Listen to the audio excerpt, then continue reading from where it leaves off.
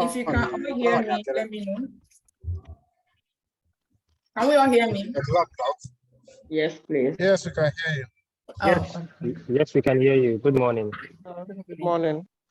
We are welcome you all to the maiden edition of this webinar.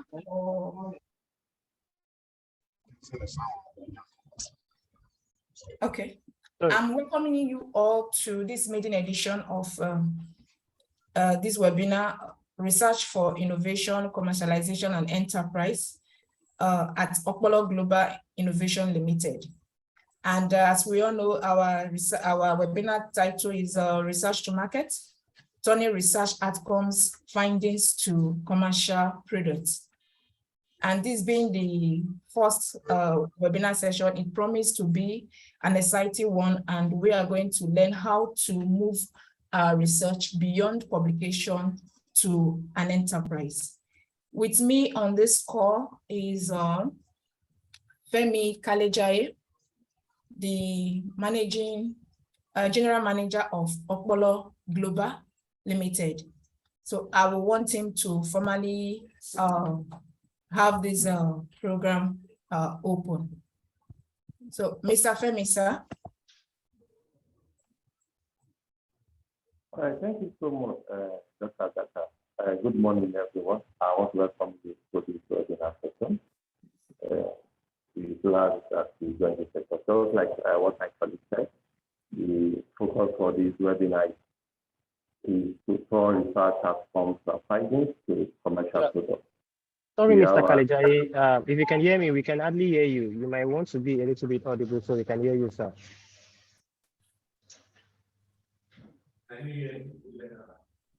Hello, sir. Hello?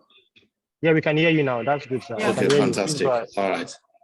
So it's going to be a very interesting session. We have Dr. Ayo Pupola, who will be facilitating this session for us. It's quite important for researchers and also innovators and entrepreneurs to understand how they can convert their research outcomes or findings into commercial products. And Dr. Pupola will be taking us through this journey, and I believe it's going to be very interesting. And for me, I'm actually ready to learn how my books and pen just by my side so that I can.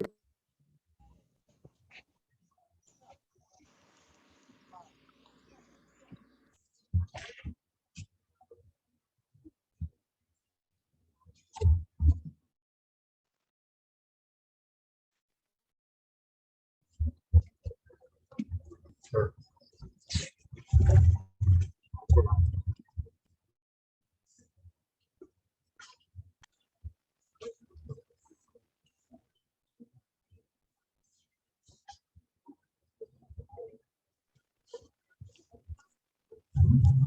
Dr. Agata, Mr. please. Mr. Femi, I can hear you. I can hear you, sorry. Can you hear me now?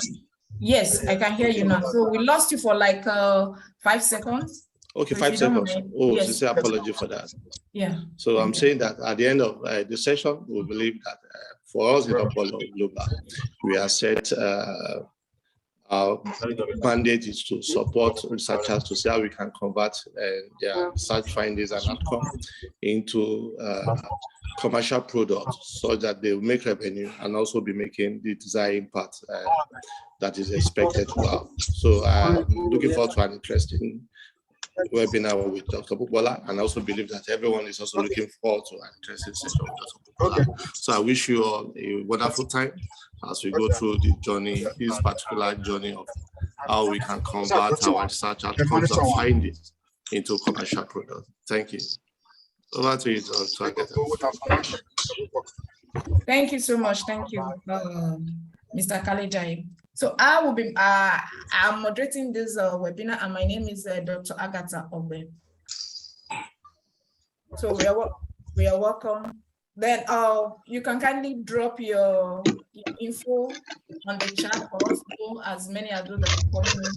So we know your designation, your research interests. You can just briefly drop them at the comment section for everyone to know. It's also an avenue for us to know ourselves and connect to one another as well. We are all researchers, and there are a lot of things for us to do together in the research community. Thank you so much as you do so for us to know you. Your phone number, your email address, your designation, that will be helpful. You never can tell who connect to you. I want to employ us. If you are logging it, kindly mute yourself so that voices from the background will not be interfering in the presentation. Please.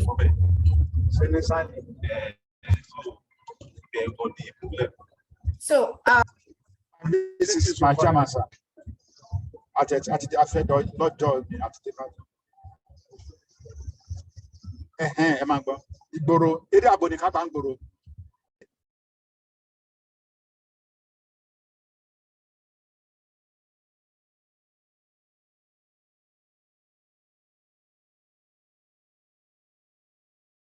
sorry, I guess I'm muted. Okay. So I want to welcome the facilitator, the presenter, in the person of Dr. Mustafa Ayodele Bukola. He is the convener, Science to Business Nigeria, and coordinator, Science Granting Council of Nigeria. He's also the chair of the Innovation Agricultural Postgraduate Training Program, being facilitated by African Union Arm on agricultural research and innovation for Africa. Arifa. Arifa is actually get towards a capacity strengthening of new generation of agriculturalists for value addition in the African continent. Arifa is a flagship program of FARA. Dr. Bukola is also an associate professorial fellow of global studies at the Center of Excellence on Migration and Global Studies, National University, Open University, Nigeria. So it's my honor, my pleasure to welcome our presenter, Dr. Mustafa Ayodele Bukola, to take up the floor. Sir, you're welcome. Thank you very much, Agatha. Why I try as much as possible to share my slide. I think everybody can see my slide now. Let me sincerely appreciate my friends globally that are joining. And I can see that the Embassy of Spain just joined now. I actually made communication with them early this morning to bring them on board so that they could be part of this. It's my pleasure to welcome the team from Embassy of Spain and all other people that will be joining today. Can you see my slide? Yes, I can, sir. I believe so. Thank you very much. So I'll go into the presentation now, and I'll try as much as possible to make it happen in the next 30 minutes. Fundamentally, I'm privileged and feel highly honored to be invited to make this presentation by Okpolo Global Innovation Limited, one of the leading boundary managers when it comes to R&D to market in Nigeria.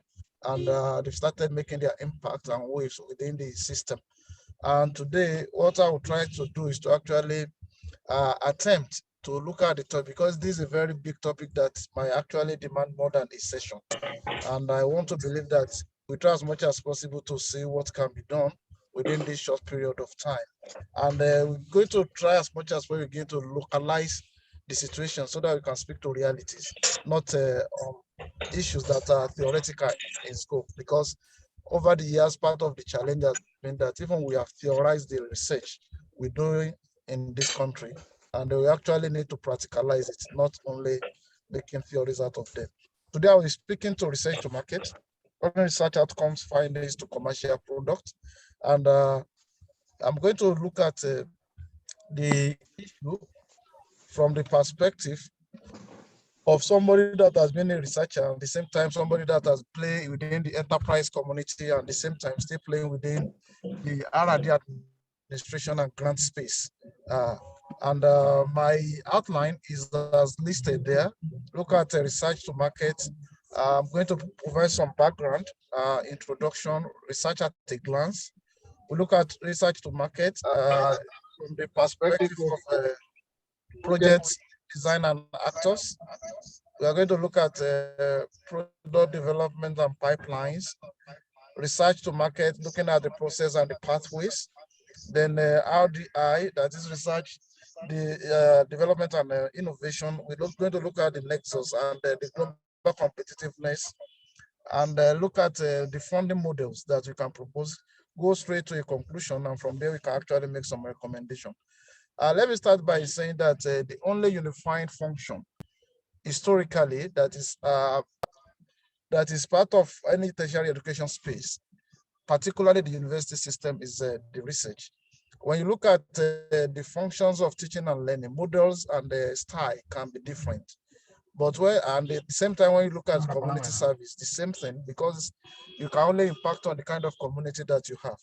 But the only one that either you are doing it in Nigeria, you are doing it in the US, you are doing it in Jamaica, you are doing it in Australia, the protocol and everything that you need to do must be something that is verifiable globally, is research. That's why it becomes a unifying factor that makes any of the people that find themselves or are serving the academic community to be able to work together seamlessly, because you must be speaking the same language when it comes to issue of research. And historically, you know that universities are the leaders of research, and that is historically a lot of things are changing because we have disruptive innovations and technologies all around the world now. But the focus are supposed to have been on the people.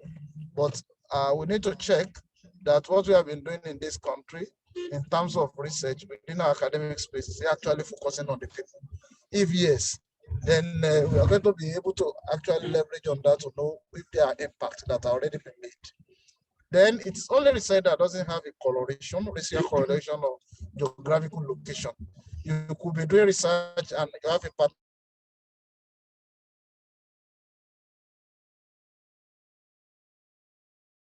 in any part of the world, university, and you're collaborating with another big university. And there's opportunity cost for not doing the right thing when it comes to R&D. And that opportunity cost is what I can define as mystery. Any society that is bereft of doing adequate research in terms of quality and quantity is actually going to have an increased mystery index. And then you can actually check on what Nigeria stands, the ranking of Nigeria when it comes to mystery index. I mean mystery because it's beyond only the issue of poverty. When you have a combination of ignorance and poverty, what you are going to have is a complicated mystery. And that's what we are talking about here now. So R&D and innovation are actually part of the topmost agenda of any serious country that is actually developing or is already developed, because management of development is even bigger than attaining a development. So when you see countries that are actually involved in R&D and they have investment in RDI, they are not just wasting their time. It's only that they actually want to maintain a certain level in the community of nations that can actually allow them to do the best for their people and maintain the credibility of their country. Nigerian research ecosystem, you agree with me that as of today is highly underdeveloped and it is siloed. The little we have, they are in silo. Private university are not speaking to public. Even within faculties, they are not speaking to each other. Departments are not speaking to each other. Research institutes are not speaking to higher institution, tertiary institutions. So these are issues. And government investment is actually bigger. You're going to see that as I move on. It's only uncertain because it is budgetary by scope, and at the same time, it is unsustainable. You cannot run a research system with an unsustainable means of income. So therefore, private sector intervention will guarantee sustainability and impact. And that is that we cannot say private sector should be on their own while we want to actually create a robust RDI ecosystem. When you check my introduction, we are actually trying to compare the most innovative economies in the world and the World Competitiveness Ranking for 2021, both of them. You can see the 3S country, I call them 3S countries, South Korea, Singapore, and Switzerland, leading all other countries when it comes to the index. Not even United States, not even China. So you need to know that it's not about size, it's not about history, it's not about power anyway. My innovation is beyond just looking at rhetorics and start talking about what cannot happen. What is important in this is that I want you to look at the bottom of that particular the most innovative economies in the world. If you look at that graph, you see what they take into account in in actually getting to that point to rank. What are the ranking factors? What are the metrics? One, you're going to see that they take into account R&D spending intensity. That is number one.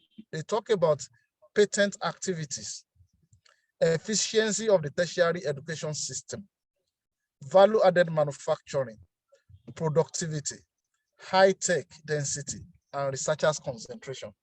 If you look at all these parameters and we try to benchmark what we are doing in the country, it can actually tell us clearly why are we where we are and what do we need to do. So we don't need to bother ourselves about looking at where are the solution. We have the metrics that we can actually look at. And if you look at the competitiveness ranking too, sorry, sir, please. Excuse, please, sir. The slide is not on the slide view, and we want to see you. Your video is not on, sir, please. Sir. Yes, sir. Yeah, and so what can to you have see? the video on? Yes, sir. Yes, sir. Can you yes, see it now? Yes, sir. Thank you so much. And your so video, can you see myself yes. too now? Yes, sir. Okay, we'll see. Because of the stability of network, that's why actually I was not putting on the video initially. However, let's move on. Let's see how we can manage it. So, and when you look at all of this now, you can see those countries that are having potential, they're actually moving from where they are before to the next place. And at the same time, when you look at the competitiveness, you are going to see the countries that are actually moving on, those that are moving down, and the first 20 in the world was actually displayed here. What is important is that you can see one of the 3 A's I mentioned to you, Switzerland, on both sides of the coin. And between 1 and 10, you are going to see that in fact the first 20, the 3 A's that are most innovative are part of the world most competitive economy. And when you look at the ranking again, what are the bases for us or for the international community to determine which economies are competitive? You can see the issue of government efficiency, business efficiency, and infrastructure. By the time we aggregate all of this together, then this can be something that we can interrogate and see how we want to start getting it right as a country and as a people. Otherwise, if we think we are doing research and we have not factored in all these that I've mentioned as metrics, then it means we are not doing research for markets. So let me move on.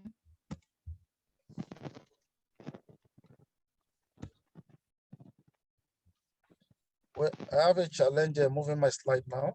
I don't know.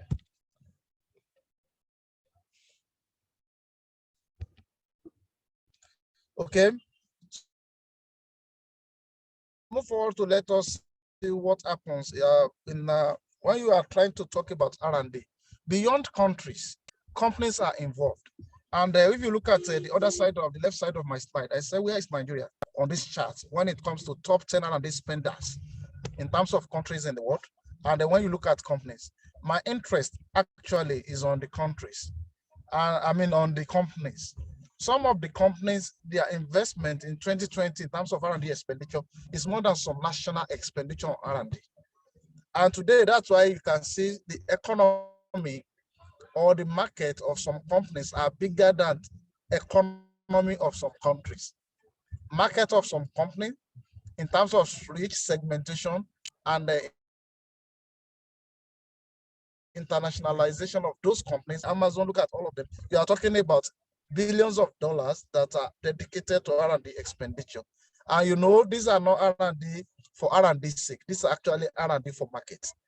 So when you are asking question, why is it that you don't have R&D in Nigeria getting into market? I will ask you the question, where are the companies that you are partnering with? And what is their expenditure of those companies? And as a country, for you to create an enabling environment, look at the other side. It's not about, again, your rhetorics about this how big we are. You can see China taking over from the United States in terms of R&D spending, followed by United States itself, China #1, and Japan, and like that. So really, this is something that calls for note. And for all of us as a people in the R&D community or R&D RDI ecosystem in Nigeria,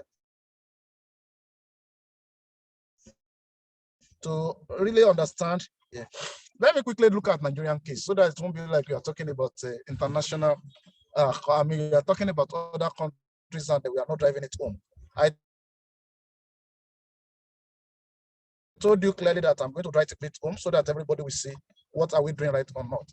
Our current budget, I mean, our current GDP as a country stood at 445 billion USD.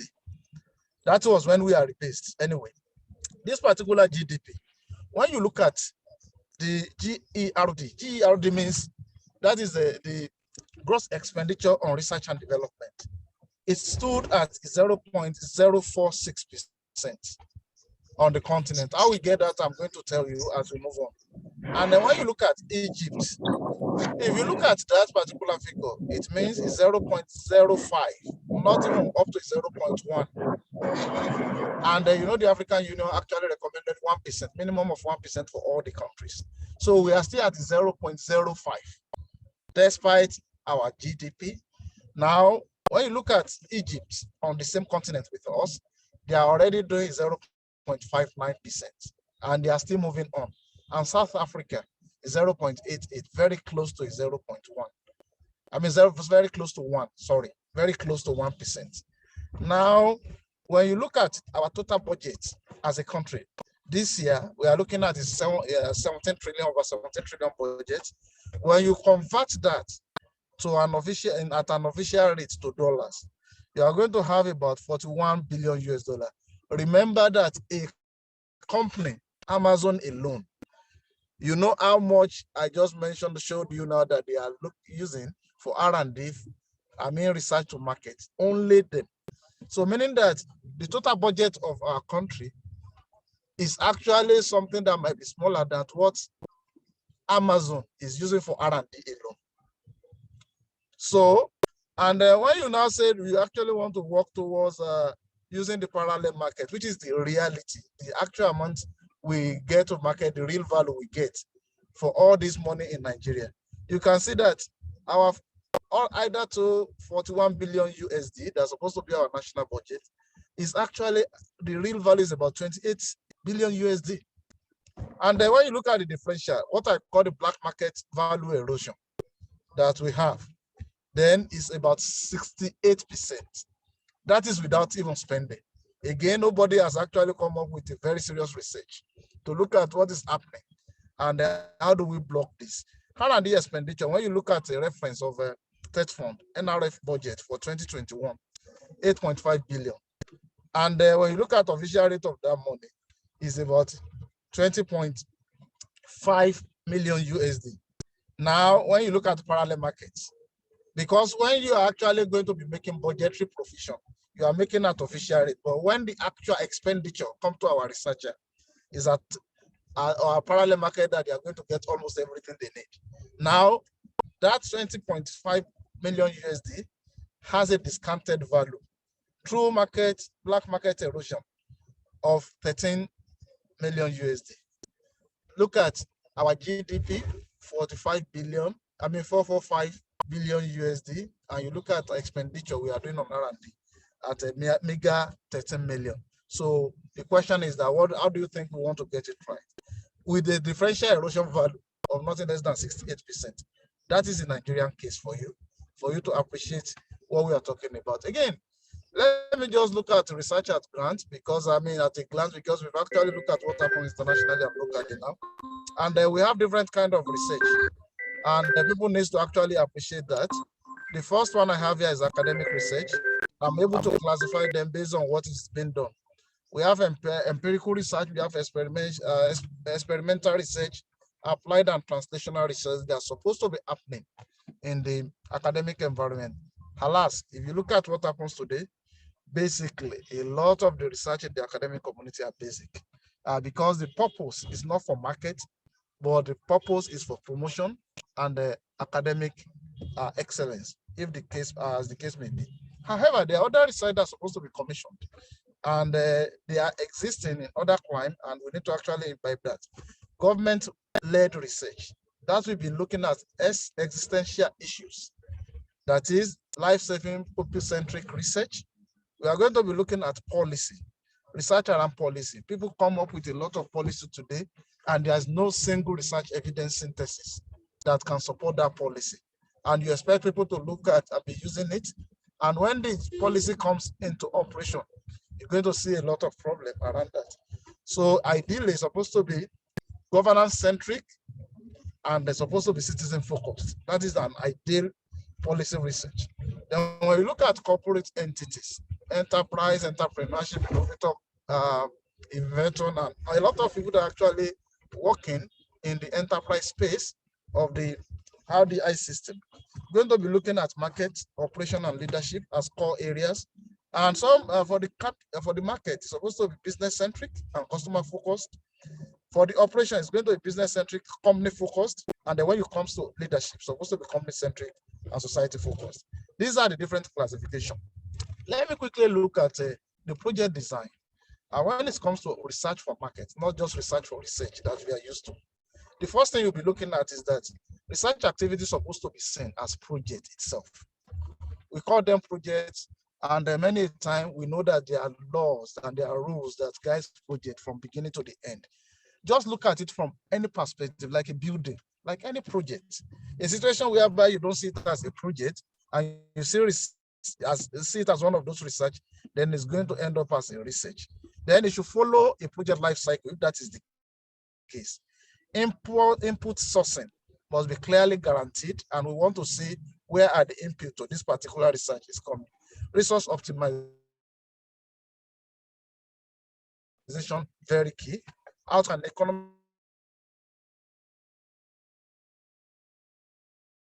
parameters should be evaluated. Investment, no matter how little, must be put into focus. And this has to be evaluated and calculated. Who are the actors? You can have somebody that is just an idealist, a thinker, an innovator, an inventor. Anybody, a student, can be, definitely will be the one that is initiating the research. And one thing that is critical, I need to let us know here is that there are a lot of innovators and inventors that they did not document the R&D component of the work they have done. They don't even know it's an R&D anyway. So these are areas that the innovation ops and the innovation center are supposed to be looking at and try to document it to make more value out of that invention and innovation. Then you have the research supervisor or research manager, depending on how the case is. Then the funders, then principal investigator or the researcher, the team, then at the same time, technical evaluator. Completely, in many of the academic research we have today in the university system, we don't usually have financial evaluator. We don't have any provision for marketing and markets, and then we don't have end users in our mind. So that is why research we are doing, one, as of today, majority of them are not meant for market, ab initio from the project design and actor perspective. Let me move on to product development.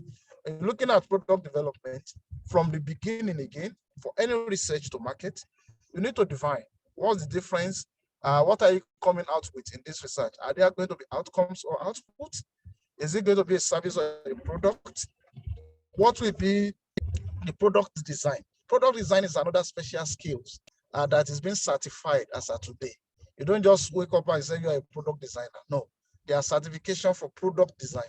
Now to talk about product development, prototyping, validation, testing, and internationally now, before you can actually admit yourself into any of the markets, you must try as much as possible to characterize your product, and the product must be, or the design, both of them must be protected. In all of these on the left side, we need to check what we are doing in the academic environment that we call it. If not, then they are not research for market. Again, when you look at the pipelines through which all this can be achieved, you are going to have laboratories. And in the laboratories, you are going to be talking about wet laboratories. They are life laboratories. They are evaluation laboratories. They are regulatory laboratories. That's why I wrote laboratories. Their functions are actually for different purposes. And that could be a pipeline for you to actually carry out a research. You can do a research by field study alone. You can do some reconnaissance for solving, no matter what it is. The research can be done in the industry itself. It must be, some research can be industry-based. Then what is key, again, is our national quality infrastructure, our NQI, who is done on standardization, conformity assessment, and who is looking at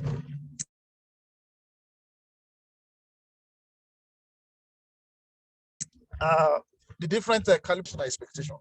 Then part of the pipeline again is that you can actually do a demand-driven R&D by actually studying the markets. So another pipeline you can use is the customer. Customer can come and inform you of a problem, and a problem-solving research. You can actually take that one up. A feedback mechanism must be provided, and databases and repository. These are places that you can actually benchmark and peer review, or do the general review of whatever we call our outcome. Again, if all of these are not in place when we are doing any design of research work, then definitely it might not be talking to research to market. Let me move on about the issue of pathways that we can follow and the processes. Again, there are a lot of them. Those ones that you saw in white, methodologies, protocol development, scoping, geographical mapping, data collection, statistical analysis, and data analysis. That is where typically research stops in Nigeria. However, when you look at those black on the left side in processes, data warehouses is important because the currency of the future is data. It's not the real currency we are speaking into now.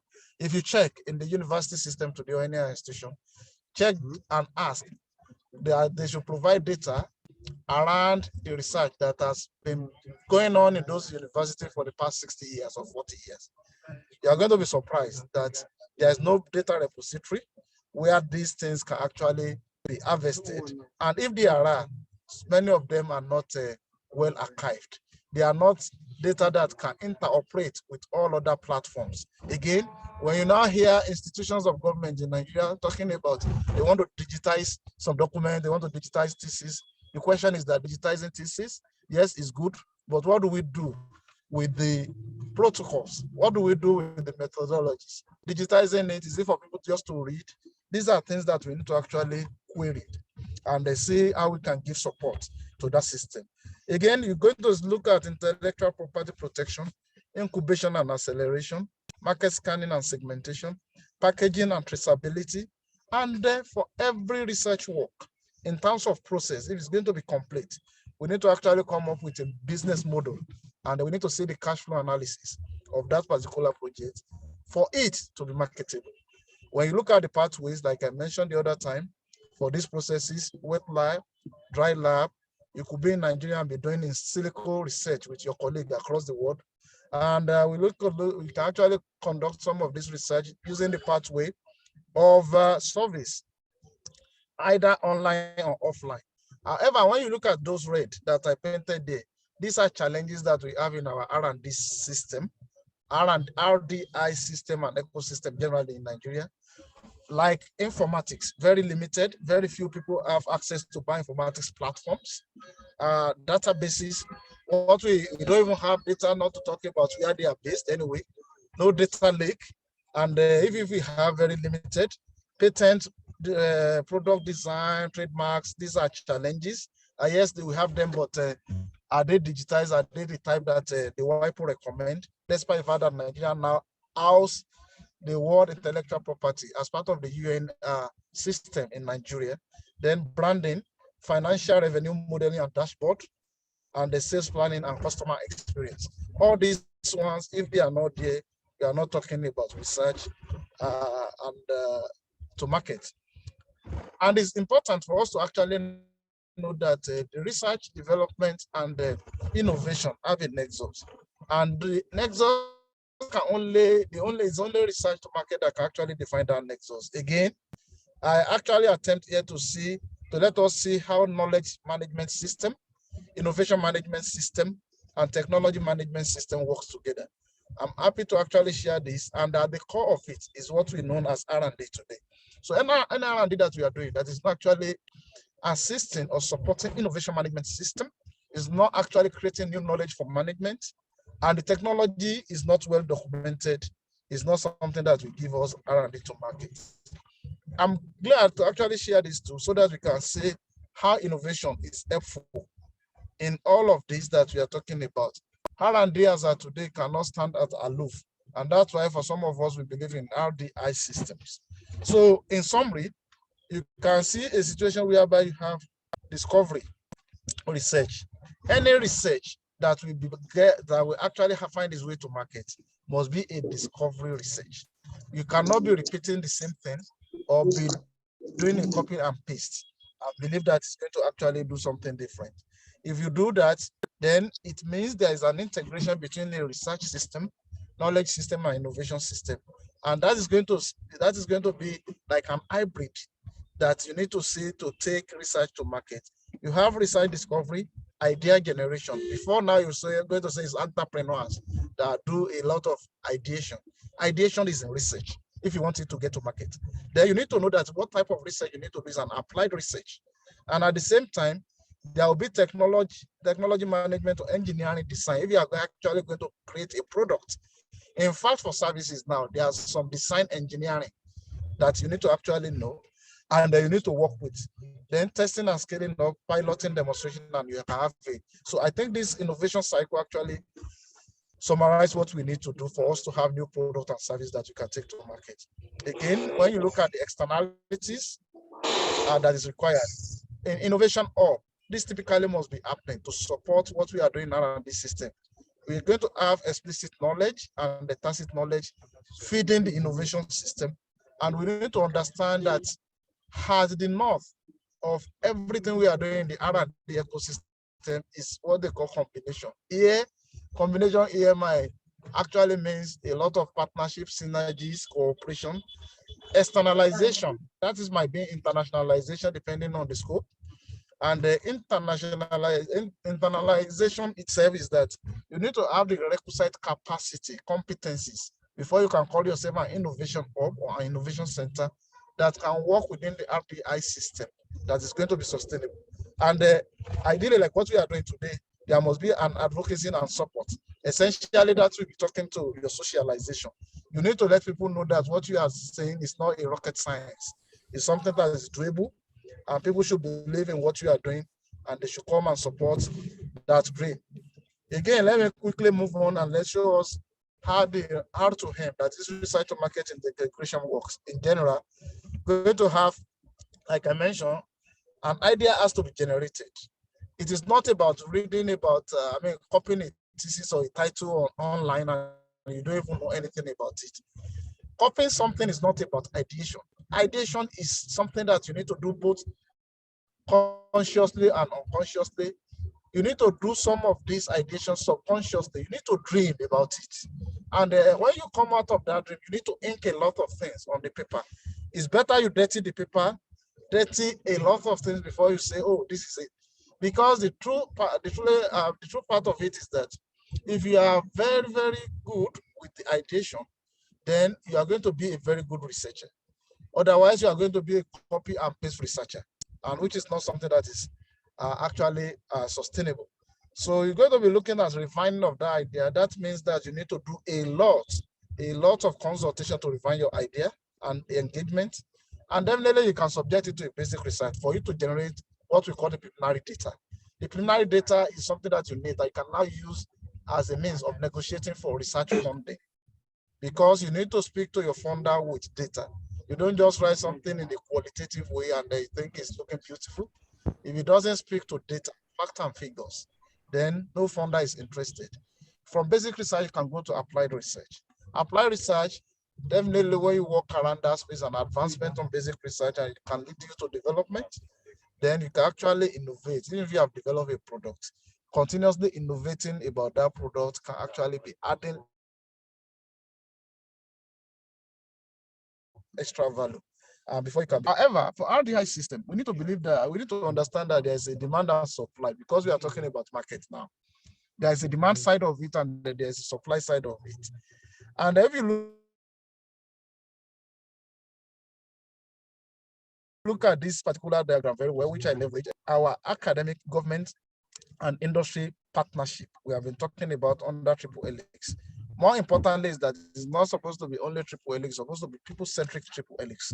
On the supply side, you are talking about R&D policy. And the R&D policy, we're supposed to be looking at what are the needs of our society, peculiar needs of Nigeria, in Nigeria case, peculiar need of Africa. And if our focus is our international community, what are the needs at that space? Then we can be talking about idea generation and new technology. So if you look at the first line, where you have If you look at the first line where you have the new needs, definitely that is where our tertiary education space and all other R&D systems supposed to be involved. That is, we need to be looking at the needs of the society and market at every point in time. At the same time, the idea generation component is actually looking at the industry. Look at the idea generation, development, prototype, manufacturing, marketing, and sales. And finally, in the market space, that is research to market.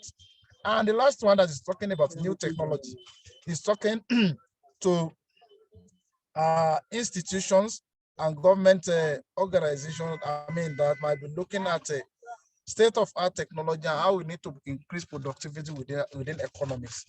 This particular slide actually tells us what we should be expecting from the supply side and what we should be looking at the demand side.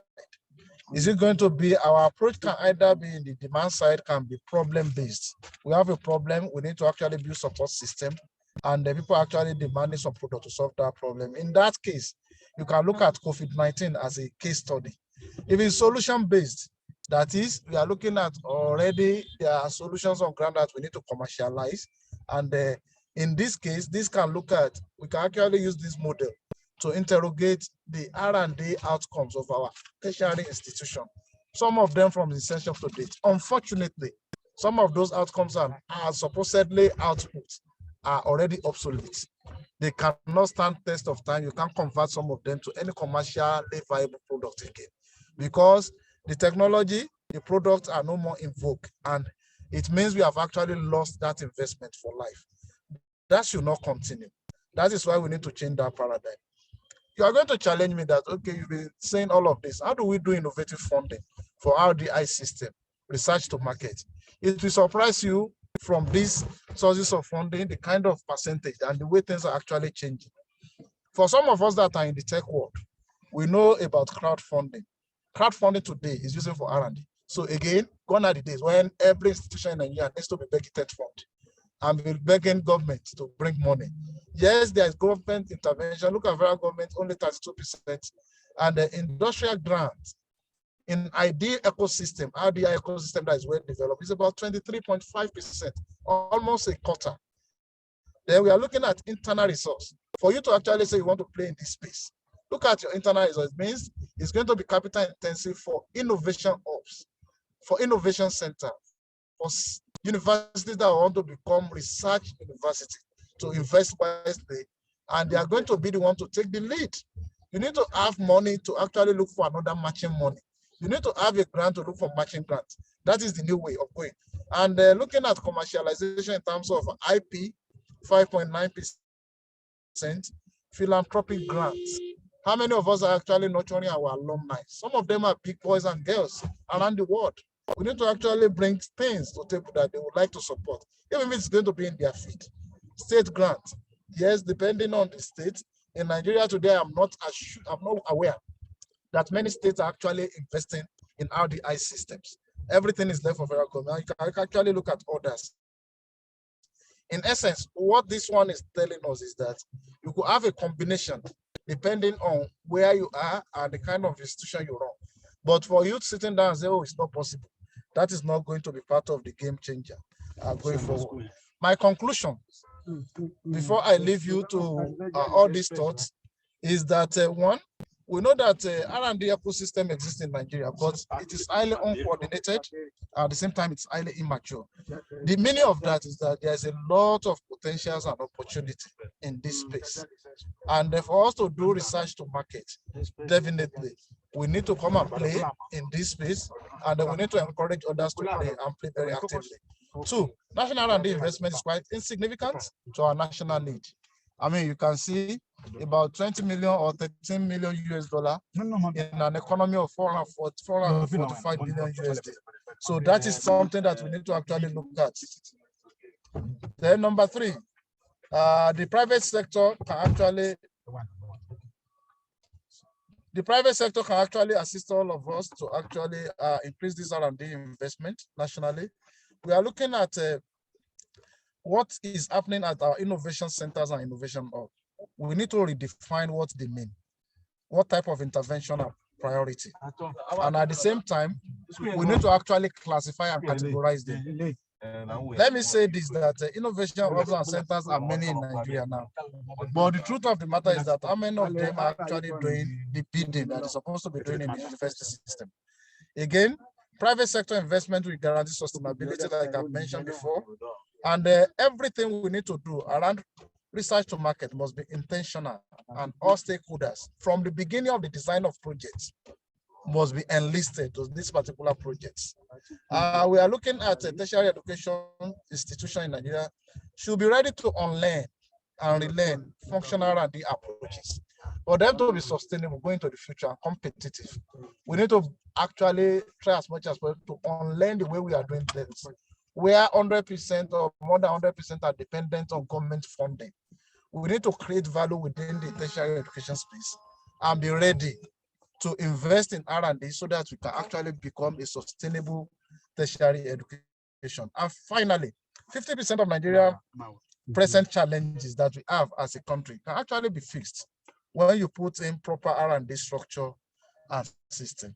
For me, I can see technology, I can see R&D system supporting Nigeria out of all these doldrum, and we can actually move to prosperity. Like I said, this might be like a first phase of this particular engagement.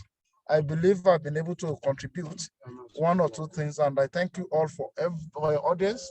And I can now welcome comments, answer, question, and I wish everybody a beautiful afternoon. Thank you very much. Oh, a beautiful morning, sorry. Thank you very much. Thank you so much, sir. Thank you so much. It's an enlightening section for us. A lot has been, for me, I've learned so much with the issue. We'll be wondering, we'll keep doing research, conducting so many research, and apart from publication, what do our research get for us? Either laying on the shelf or beyond, no other avenue again, apart from having publication and being promoted at our places of work. So yeah, this session actually brought light for us that yes, there is a little funding for research, but we on our own can also do our own best as well. There are no company per se adopting our research, but there are opportunities out there. So it's now for us to think, what can I do differently? Come out of the box of what we usually know within our university period, the research we are aware of, and go beyond the normal methodology that we are used to, and come up with ideas that will definitely change a situation.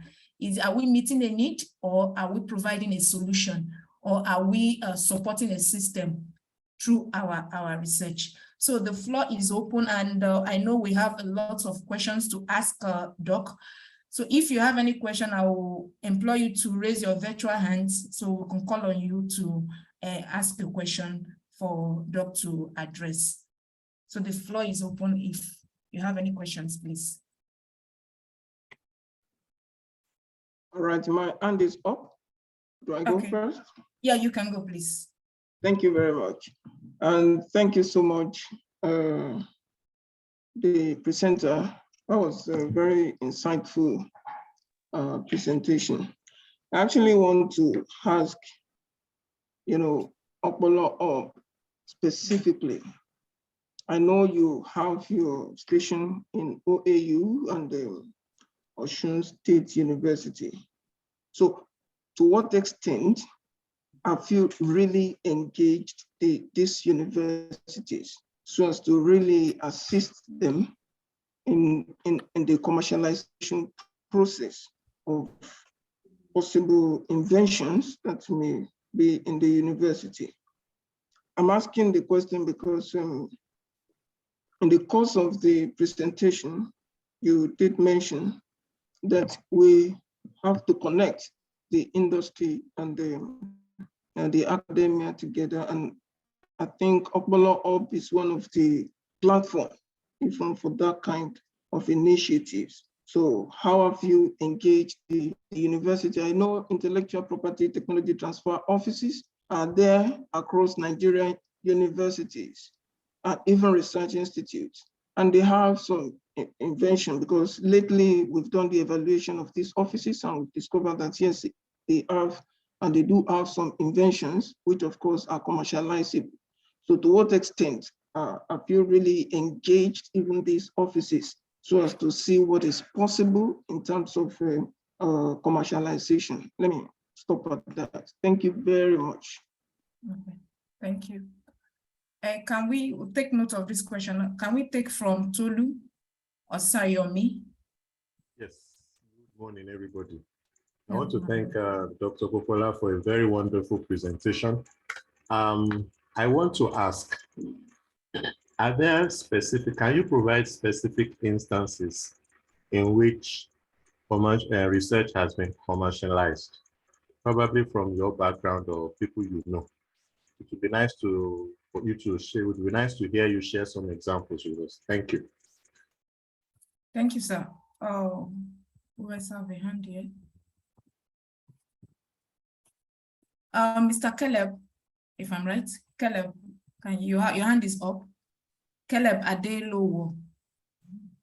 Yes, I just spoke.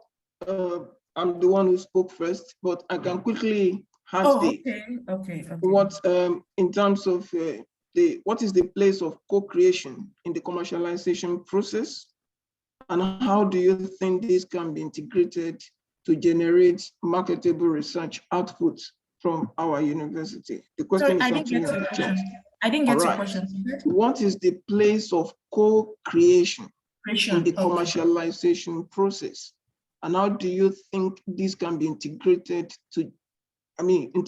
into our research engagement to generate marketable research outputs in Nigeria? Okay. Thank you. So I will take from Benjamin Ubi now, then I will allow Dr. Popola to respond to the ones that has been raised. Then we'll take other ones. So Benjamin, please.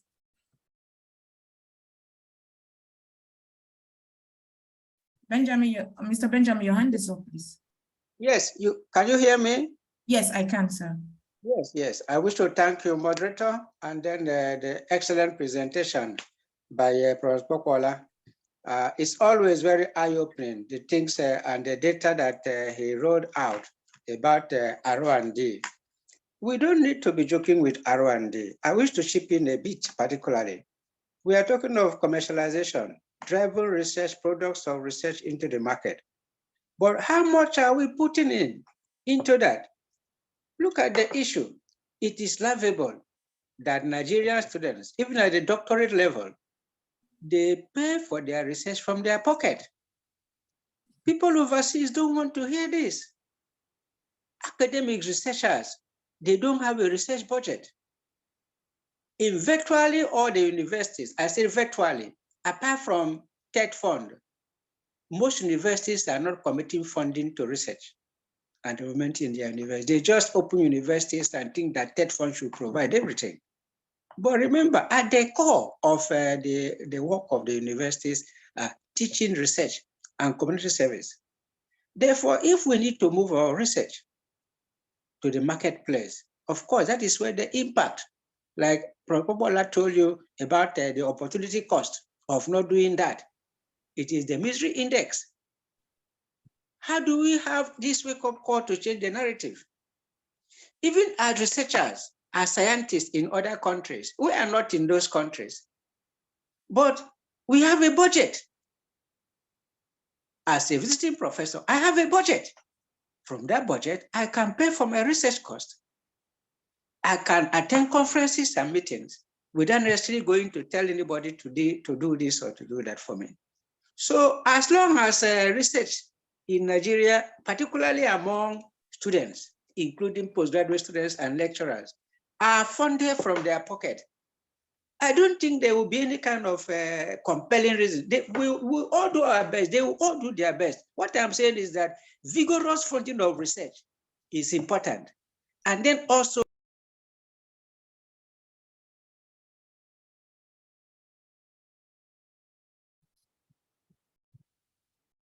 Sir, Mr. Benjamin, we lost you here. Working groups. There are different working groups in the biotech sector.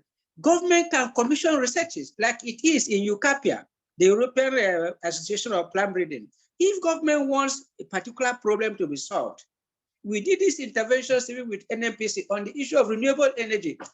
Challenge the professional society, challenge academics, tell them this is a problem we want to solve. Okay, can you come up with idea to solve this problem? It will be done. But if we don't even patronize our own people, we don't feel that they are capable of conducting research, and then the research, there is no vigorous research funding, then it will still become a mirage. But at the same time, we are happy that so much has already come out of the universities.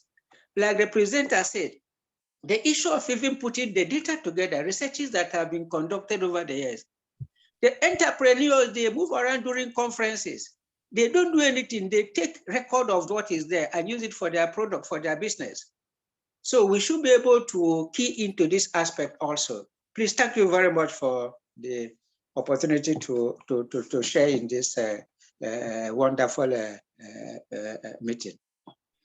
Thank you so much, sir. I will, Munat, I'll just be patient. I want Dr. Kukwala to respond to the few questions, then we'll come back to pick a question. Okay.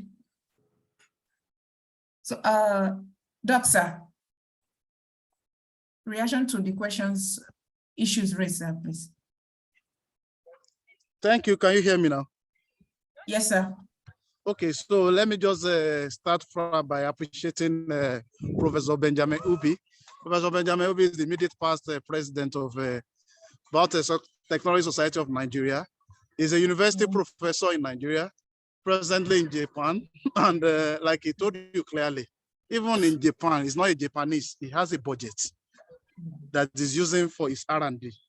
And we are talking about research to market. Definitely, this is the kind of research that is well funded, that can actually that can be part of this particular engagement we have today. Thank you for the good compliment, everybody that you have made. And let me just speak to some of the issues. One, somebody was asking about experience. It might not be in the same order, but I'm going to share two experiences I personally have around this research to market. And both one in when I was doing my postdoc in the United States, how we get it done there. And at the same time, I'm going to share another one with you for my second postdoc I did in Austria, in Europe. Maybe it's going to make some sense.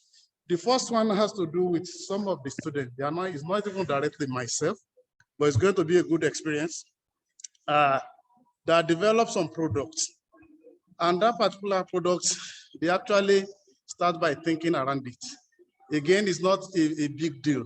It's something that is just making water to become colored.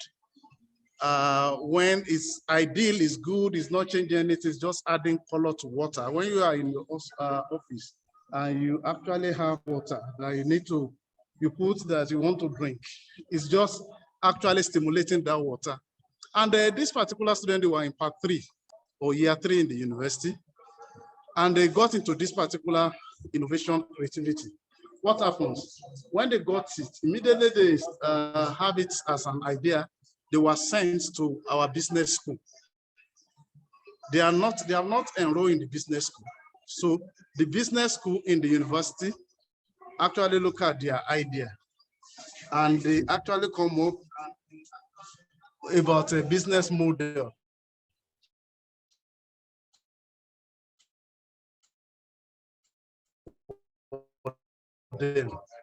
After it developed into a business model, and then they have this.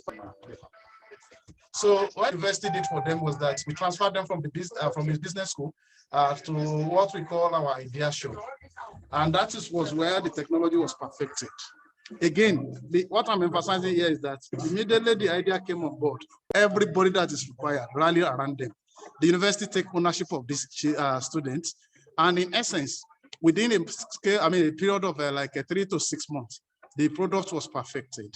The originality of the idea, in terms of what they have as IPR, the university was given to the students, and at the same time, the IPR application and every other process that will let them have the intellectual property was actually taken off by the university.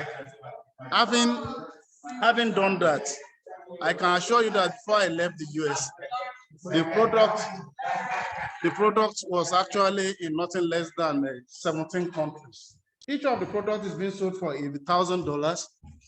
I mean, it's being sold for $1, sorry. And within that 17 countries, we recorded nothing less than 17,000 units that was sold within the first 2 months. This particular money, there was a asset benefit sharing agreement that the university signed with the students. And as they were in the university, the two of them are worth more than $1 million each.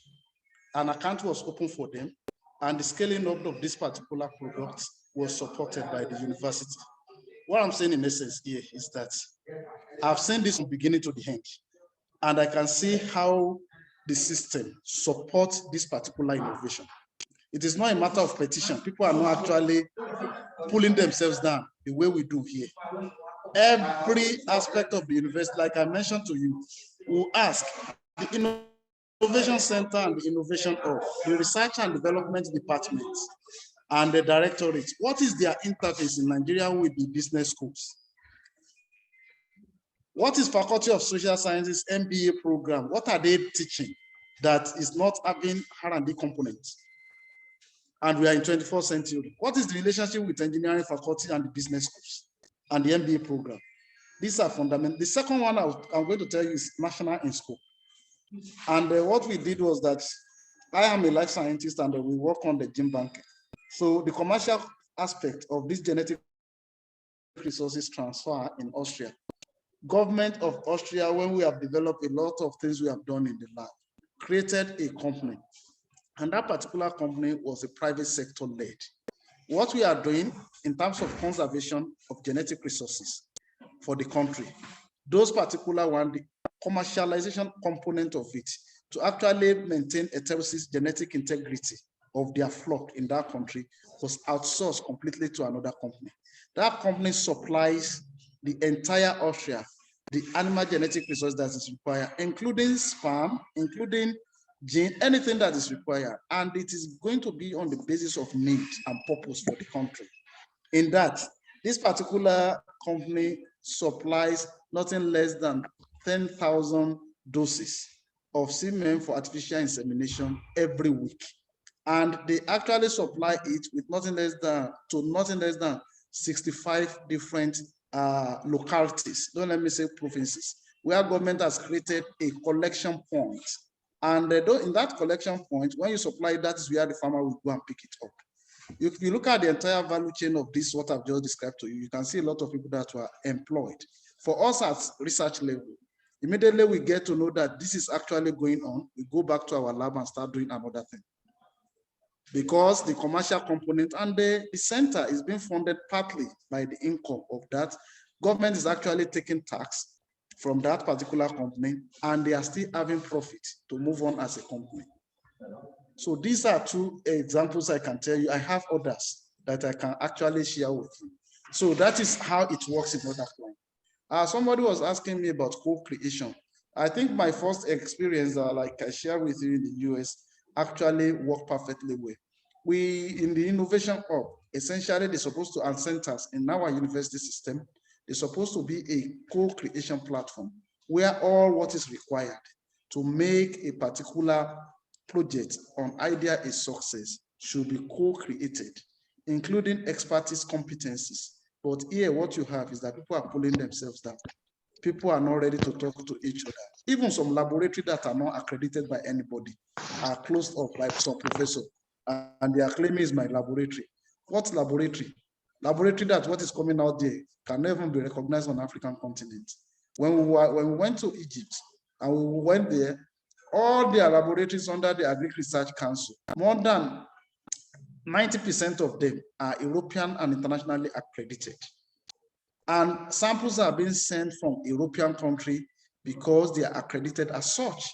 How many laboratories has accreditation in Nigeria? You can't be talking about markets. I mean, you can't be talking about international market when you are not accredited. So and that's why I mentioned the issue of national quality infrastructure, conformity assessment, standardization, calibration. How many of our equipment have been calibrated as specified by the manufacturer? So when you are taking a measurement and you think it's the same thing you are measuring, and somebody that is having his equipment calibrated as prescribed, you can't get the same results. So if you cannot pass peer review level in terms of your publication, why are you going to be talking about market? So really, these are issues that we need to sit down and look at critically. If you want to do research for market, it's another level of precision. And we need to actually have everybody on board. I mean, you can't be talking about MBA programs that are actually coming up with students and the graduates that are not doing the needful. So we need to see an interface between our business component of the university structure, MBA program, Faculty of Business Science, and what is happening when it comes to R&D topics. Then in that case, you will have co-located, you will have co-create, and all expertise will be on board from beginning to the end. What is bad if an engineering project that somebody ideates at engineering faculty pass through, it has a component of it being handled at Faculty of Science, another one by Faculty of Arts. The same work, even if it's going to be customer experience, and another one with business modeling by the Faculty of Science, just a single topic. And we look at the entire value chain and we disaggregate it and then we move on from there.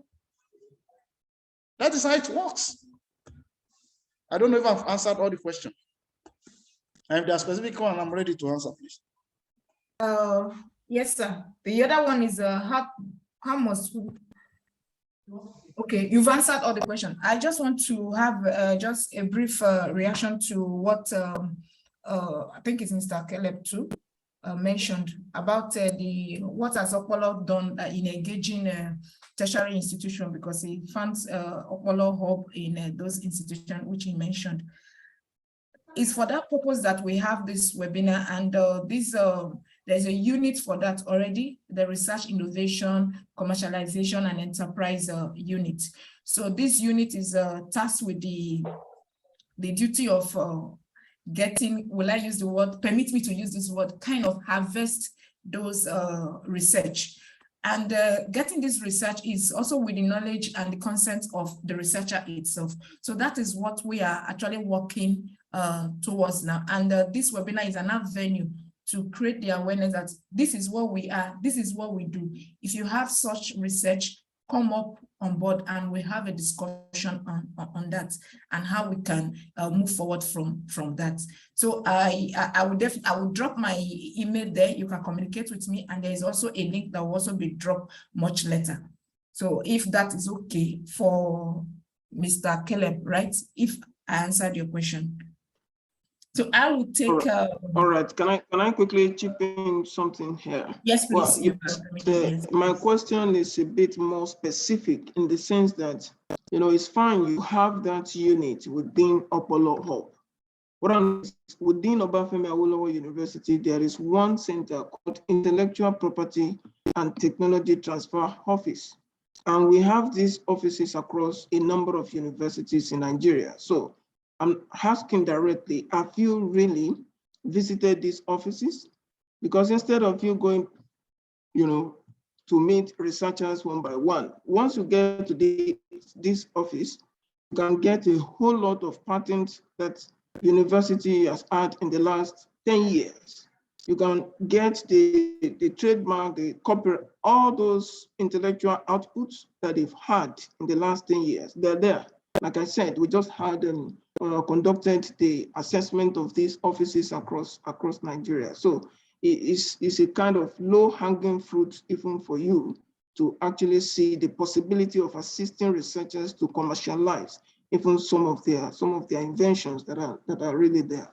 Because I'm aware of this. That's why I'm saying saying this. Yeah. Thank you very much. Thank you so much for that information. Thank you, sir. I appreciate that. So we are going to make a step forward by visiting those the offices in those institutions as well. Thank you for the information. I really appreciate that. So Munat Bello, please, your question. Okay, thank you very much.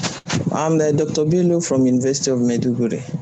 My question is linked to the last speaker that spoke about going to offices. Based on our environment here, we know we have a very high temperature, sometimes up to 45 degrees. So with this, the idea now came, so we now developed an hybrid solar dryer, which can dry fish and other agricultural produce. And we have been able to get the patent certificate since 2018. And up till now, it has not been commercialized. So I don't know how Opolo Hub can assist in the commercialization. Thank you.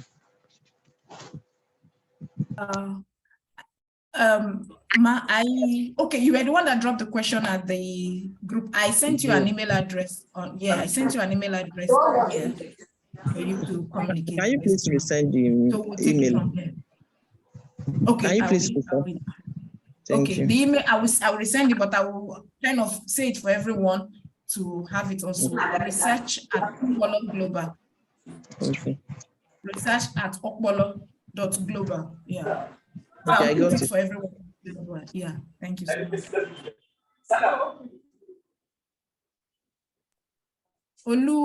Olufumilayo. Yeah. Can I have your question? Olufumilayo. Olufumilayo, okay. Okay, he's not. Please, can I have Ezekiel Akinkumi? Yeah, please. Good afternoon. Yeah, good afternoon, sir.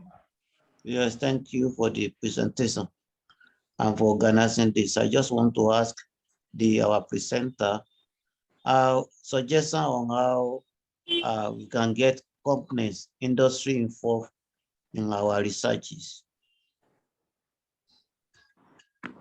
Any suggestion or advice?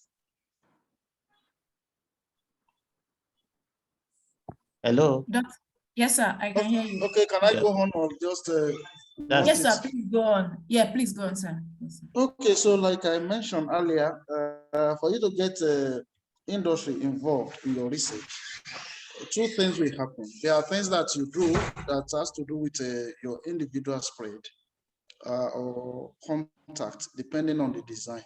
Your outcome or outputs should be clear to you from the beginning and the end users. Then you can even know what segment of the industrial system are you looking at. So, but more importantly, I think it's good for us to emphasize the role of the university or your institution you are working with in this. Many a time it is good for an institution to engage in company, not just a researcher.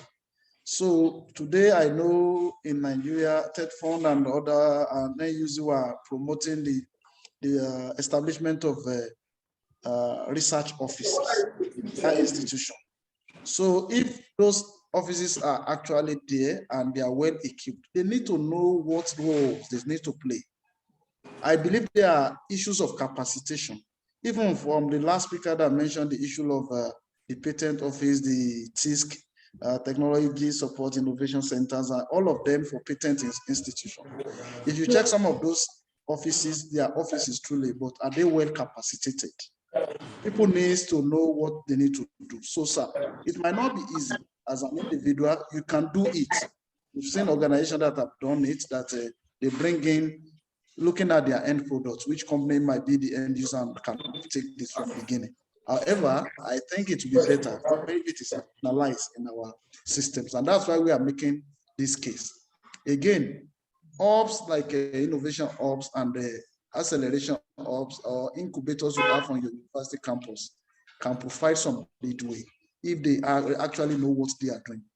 If they know what they are doing and they are there, and that's why I was emphasizing innovation center, innovation hub in the university must understand that they have to redefine their mission because of the caliber of people they want to be dealing with and the kind of research. These are not just innovation and creativity on the road. These are things that are documented. So it's either you go your own way as a solo person, or it is more appropriate if it is institutional.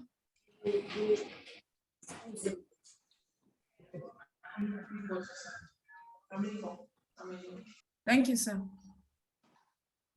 Mr. Olufumilayo Adebambo, Your hand is up. Your virtual hand is up.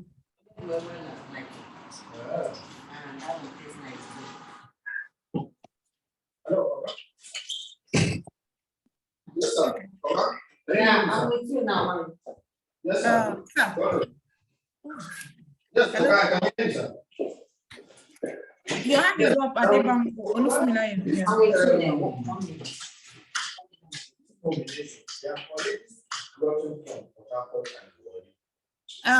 Amusa. Okay. Thank you so much, sir, for the response. I actually have a kind of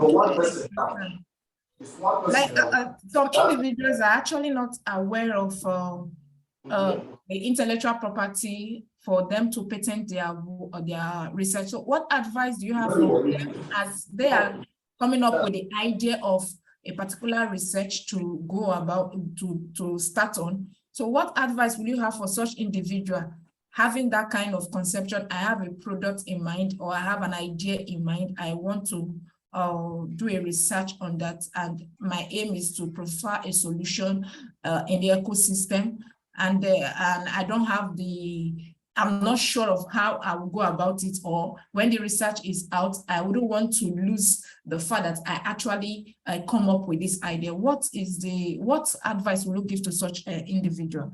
So is a student, the question came from a student. Yeah. It's clear. That's why for every research, there is a supervisor, there is a team lead. Again, it's difficult to actually go solo. The truth is that yes, there are platforms like Caleb mentioned, that there are institutional platforms that have been created. I know WIPO supported about 11 TISC center. I was privileged to lead the first one in Nigeria. That should be about almost maybe 7-10 years ago, and they are still there. You can't say it's like I mentioned in my example too in the US. You see that the institution needs to rally around. Many a time when you want to fight for patent, you are going to be the owner of the idea, but you need to apply. Many times the institution that apply for it.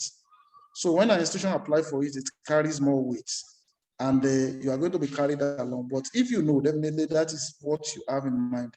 Let your supervisor know, check your institution and see if there is a registry, if there is a patent office or anything that has to do with intellectual property office. If it is there, you can leverage on that to actually engage that and know what they have capacity to do. Otherwise, if it is a design, you can actually, or something like a trademark or geographical indication, you can do that one at the Federal Ministry of Trade, Industry and Investment in Abuja. There's a patent registry there. If it is copyright, there's a copyright commission. You can Google the address there in Abuja. That you can do as a person. And I know NOTAP too facilitated, I mean, they used to facilitate and they are still facilitating anyway, a lot of these patent issues. That is if you are going solo as an individual. However, if you struggle to get money to do research, you struggle to, I mean, you have your stress as a student to make it done. What are the institutions doing? So there should be institutional support. But if there are none and you still want to go your own way, at least to have a breakthrough. So those are the other institutions that you can leverage. They exist. And yes, they could have their limitations, but I think it's something that we can consider.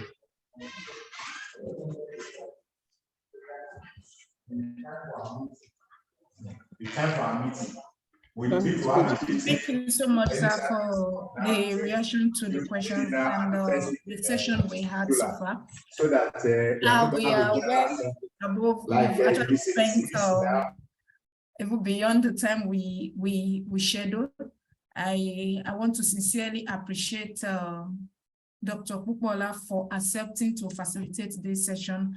We've actually learned a lot at this session, and I dropped a link at the chat session, so you have a link there. You fill in, follow the question there, fill in your response regarding this webinar and what you want us to actually improve on it. And when you have issues, you have a research that are ready for, will I say, ripe for the market, you can communicate us via our email address, research@okpolo.global.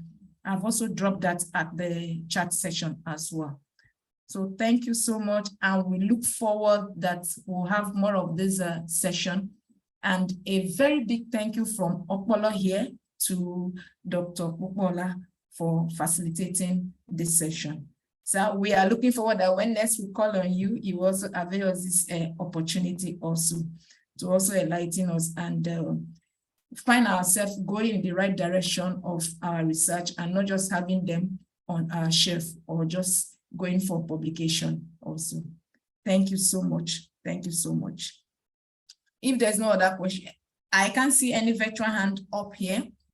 So I guess we are all satisfied, or any comment from members before we close this session?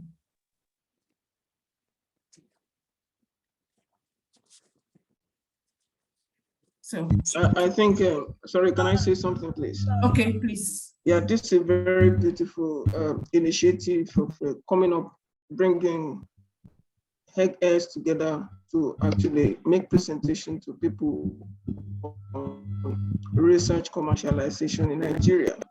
I'm just thinking to what extent probably you could also integrate students of the higher institution into some of these programs such that, you catch them young, that is, you will have had the opportunity to see or to understand that this thing is possible. Not that it's just there in the head or you are racking your head, but that it is possible. So, which of course could enlist their interest even in the commercialization, and then they can begin to look at what is possible within the ambit of their research activities in the university, even as they collaborate with their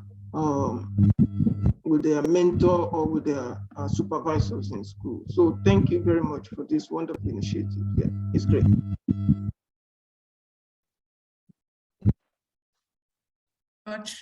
Thank you. We have hubs situated in institutions, and as I mentioned, if by virtue of your location, our hub is not within your location, so I dropped our email for communication. Then from there, based on the result of the communication, we definitely get back on how to integrate our individual research into it as well, if that answers your question, sir.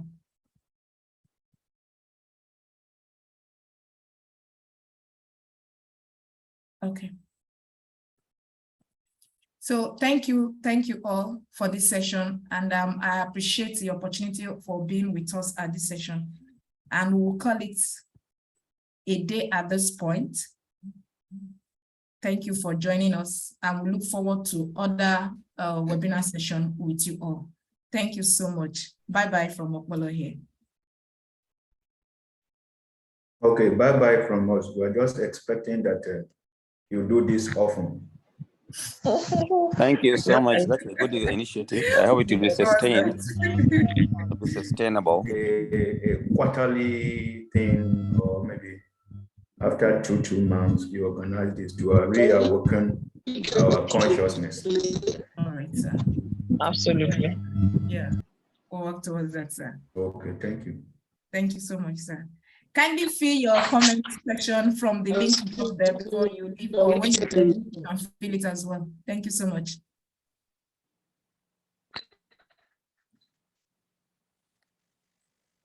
Please, can we get a replay of this session? Okay, sir. We have your email, so we'll send to you, sir. Okay, thank you. Thank you, sir. Bye. We have missed it. Oh, you just logged in. Oh no.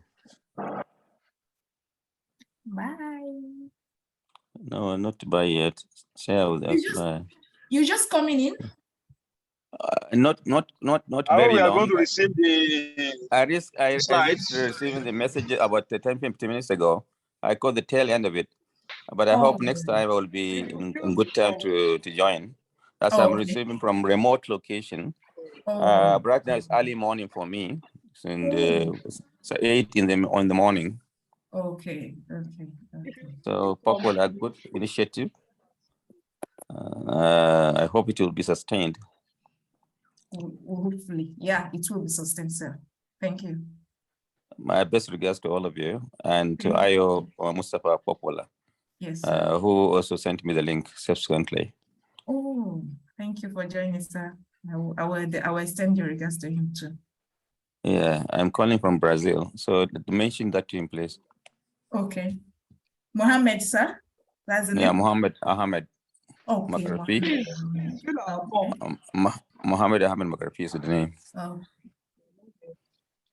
I've taken note of that, so I will let him know. My best wishes. Yes, ma. Yes, sir. Thank you so much. Very well.